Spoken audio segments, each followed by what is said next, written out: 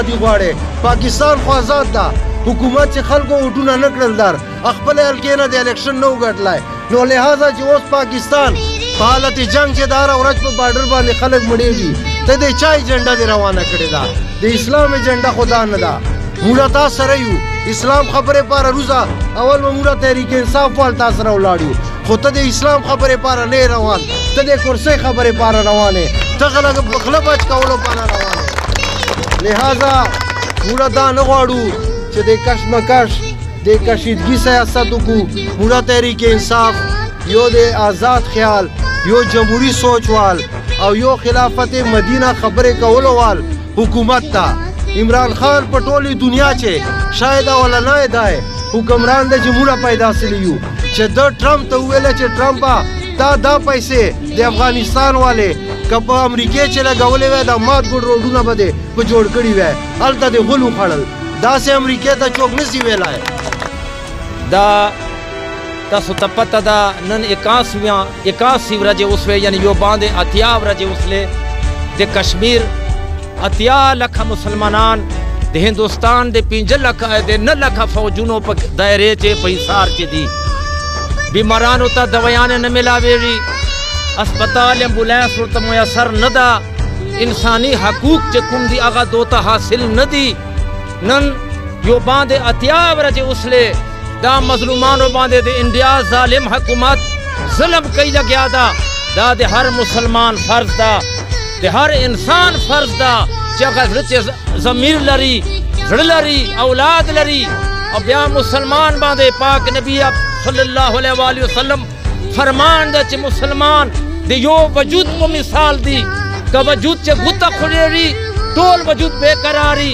که وجود چې سر خوړېږي ټول وجود بېقراري. که نن د کشمیر مسلمانانو باندې تکلیف ده، دا ټولو دنیا مسلمانانو ته تکلیف ده. هغو امداد ته هلته ورسېږو، نو انشاءالله دا ټول نوجوانان به هلته رسېږي. دې سره سره لکه څرنګه موږ نورو مشرانو وویله، زه به بیا مولانا فضل الرحمن صاحب ته یو خواست وکړم چې مولانا صاحب احتجاج کوه،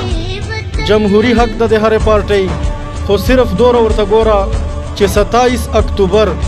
دا د کشمیر سره چې کوم ظلم سلا و پهله انډیا کړه و د هغې ورځ ده، نو دغې نه یې چنګ ته که پاکستان چې کوم حالات لګیا دي، د انډیا سره موږ کوم حالات لګیا دي، کشمیر چې کوم حالات لګیا دي، نو دغو په حالاتو چې د دغه مارچ ازادي مارچ چا نه ازادي غواړو. که چېرته ته دا وایې چې دغه حکومت نه ازادي غواړو، نو دې نه مخکې 35 ساله چې کوم حکومتونه تېر سوي دي هغو خو دې نه زیات ظلم کړی ده. دا خو یا عمران خان نن چې موږ کومه داري لیو باسله ډسټریکټ لکي مروت نه د طارق سعید خان یعنې رئیس مروت د نورو مشرانو په قیادت سره موږ خو غل د طارق سعید خان د میډیا ټولو ورکرانو شکریه ادا کړو چې ډېر په لنډ ټایم سره دور راغلو او دغه ریلي چې شرکت وکړله. ملګرو دنیا ته ښکاره ده، مخکې خو به چیرې څو ملکانو ته ښکاره وه، اوس ټول دنیا ته عمران خان دا ښکاره کړه چې انډیا د انسانیت حد کراس کړلی او کشمیریانو باندې هغه ظلم کوي چې په تاریخ چې په انسانانو چې نه ده سلی او په هیڅ مذهب چې نه ده سلی چې دا کوم ظلم ده وکړلی. نو موږ لیډر عمران خان دا جوته کړله چې هلته د ماشومانو باندې، زنانو باندې، بوډاګانو باندې، موږ نوجوانانو باندې کوم ظلم کېږي دا دنیا ته جوته کړله او دنیا نه یې دا اپیل وکړلی چې یاره دغې باندې تاسو اقوام متحده ته یې دا درخواست ورکړلی چې دغې باندې تاسو اکشن واخلو. انډیا د کوم انساني حقوق دي او د انسانیت مظاهره دې ورسره وکړي. نن چې موږ دا کومه ریلي باسلې وه دغه د موږ د پارټۍ طارق سعید خان دو د مشرانو په قیادت چې د ورکرانو په قیادت چې ټول ادنا ورکر ټول موږ پره یو برابر دي او موږ د عمران خان سپیانو. موږ به انشاءالله د خپلې پارټۍ د خپل لیډر په هرې فیصلې باندې له بیک کوو. بقایا دا کوم چې ازادي مارچ